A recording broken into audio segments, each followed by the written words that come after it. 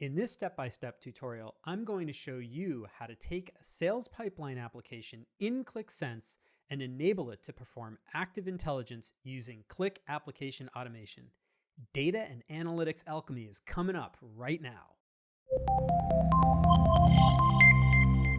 Let's say I'm a sales operation manager and I use this sales pipeline analysis application in ClickCloud to review account health, opportunity status, and measure customer engagement with our marketing campaigns. On this details page, I have a table listing out opportunities by stage alongside Marketo scores and Hug ranks.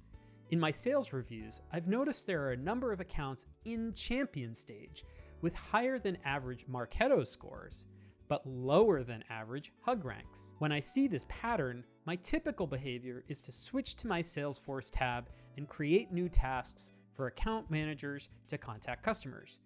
Performing this activity is very tedious, involves a lot of manual work, and once I create the tasks, I need to send an email to the reps to tell them to go into Salesforce and action on the new tasks. I just wish there was a way I could make the analytics work for me automatically so that I can focus on more engaging and impactful analysis. And that's what you're going to learn in this video today. You're going to find out how to select field values and get table data from a ClickSense app using automation blocks, work with conditions to read the data from the straight table, and prompt action by adding tasks in Salesforce. Before we begin, we do have some prerequisites. You need an active ClickCloud subscription with ClickSense Enterprise, and you also need to have basic knowledge of ClickSense. A Salesforce sandbox environment is definitely helpful unless you feel daring and test your code in production. And if you want to practice, you can find the test application, the companion QVD files, and the automation template here. Okay, so I'm starting in the sales pipeline application, and I'm reviewing the table I'm going to use in the automation. I've added the opportunity ID, account ID, and the contact name to the table so I can reference them later. Now I go back to the ClickCloud Hub and create a new automation from the Add New button. I give the automation a new name, and then I click the Save button. This brings up the automation editor. Inside the editor, click on the Start block and set the run mode to Webhook. From the selections available, choose the ClickCloud connector and then select the App Reload Finished event from the dropdown.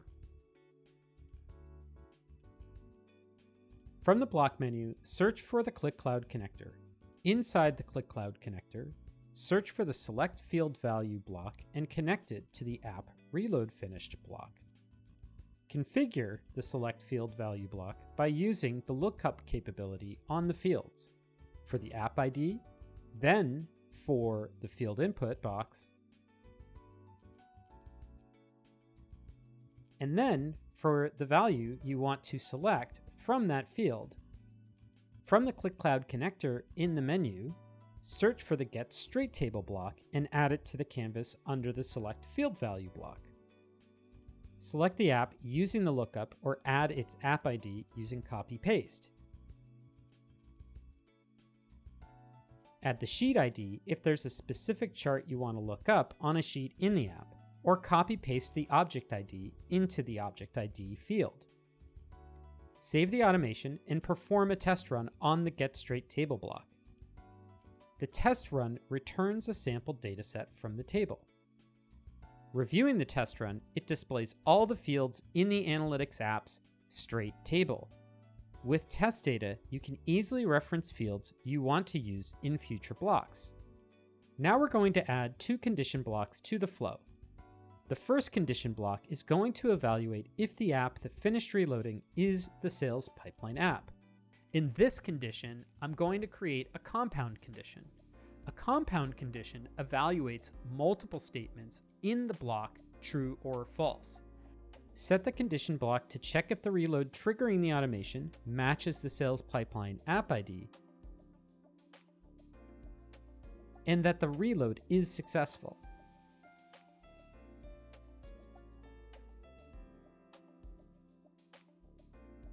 The purpose of this condition is to run the rest of the flow only when the sales pipeline app is reloaded. Click and drag the Select Field Value block into the Yes path of this condition. The getStraightTable block comes along for the ride because it's attached to the selectFieldValue block. Now these blocks will execute only when the sales pipeline app reloads.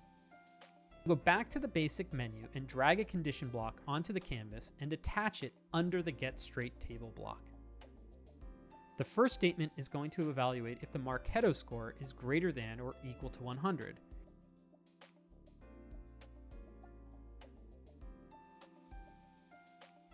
Then I press the Add Condition button and set a second statement to evaluate if the average hug rank is less than 15.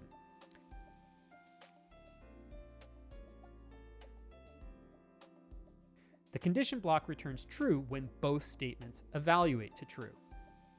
And with this condition block set, it's time to add the block that will add tasks to Salesforce. So in the block menu, I go back out to the main listing and I type in Salesforce in the search block.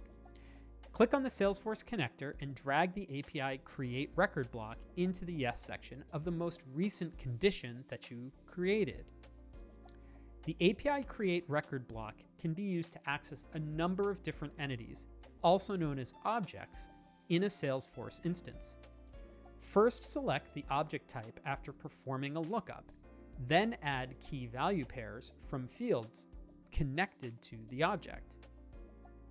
And you can review the different fields in Salesforce objects by visiting Salesforce reference pages like this one.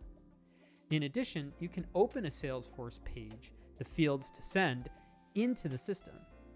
I'm working with tasks in Salesforce to create activity entries, but you can work with accounts, opportunities, contacts, and even custom fields if you know their names and field type. Back in the automation editor, pick the object you're planning to use for creating a record in Salesforce. For me, it's a task. Next, I'm going to create the key value pairs for the task entry. The What ID connects this new task to the opportunity by setting a field mapping to the opportunity ID I'm getting from the StraightTable data. The subject is the mode of communication the owner of the task should contact the customer. I learned about the available subjects for tasks in my Salesforce instance by opening the form and looking at the dropdown. The activity date is the due date of the task. So to set the due date to a future time, click inside the value input box and select Add Formula. In the formula modal, choose Date Functions and then Date. In the Date field, type in now plus 7 days.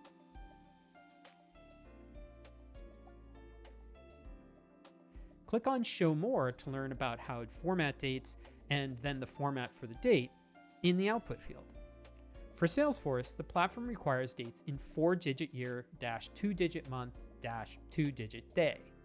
In automations, that format is capital Y lowercase m lowercase d.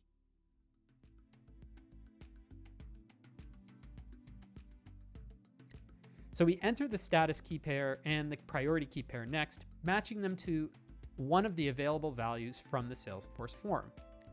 And in the description key, you use a combination of field mapping and text to form the message that you want to add to the task in the value input.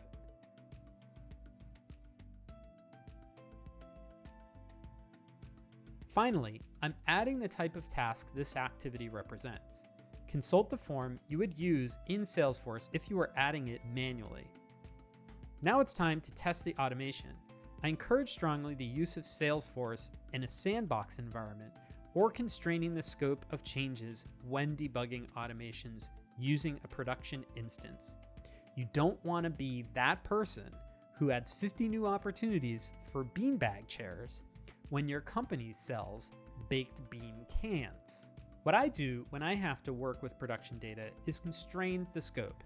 In this example, I've gone back into the compound condition and set them so the new tasks only show up in reference to one account.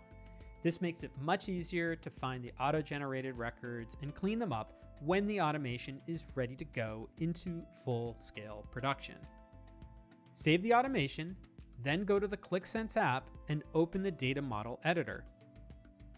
Press the Load Data button to start the sequence of events to run the automation and add tasks to Salesforce. The reload completes and it fires off the automation because it's been told a reload is complete. The automation checks the data and creates 2 new tasks in Salesforce based on the data from the straight table the automation looped through. Let's add one more step to the automation to amplify to the account owner there are new tasks to work on in Salesforce. Search for Microsoft Teams in the block menu and drag and drop Send Hero Card message underneath the Salesforce block. Select the team and the channel to send this message in the configuration panel and then fill out the input boxes. Save the automation again and go back to the Sales Pipeline app and kick off the process. Check it out in split screen. The app reload completes and starts the automation. The automation creates and sends the team's message, and Salesforce updates with the new tasks ready to be worked on. What I've covered in this tutorial is how you can use the ClickCloud platform to drive insight to action using analytics and automation. By evaluating the data from a freshly updated ClickSense application, the automation pushes the business process forward so that the recipient can act proactively to help customers. Thanks for watching this Active Intelligence tutorial. We've got a number of different automation patterns, videos, and how-to guides on Click Community that you can customize to fit your needs. See you next time.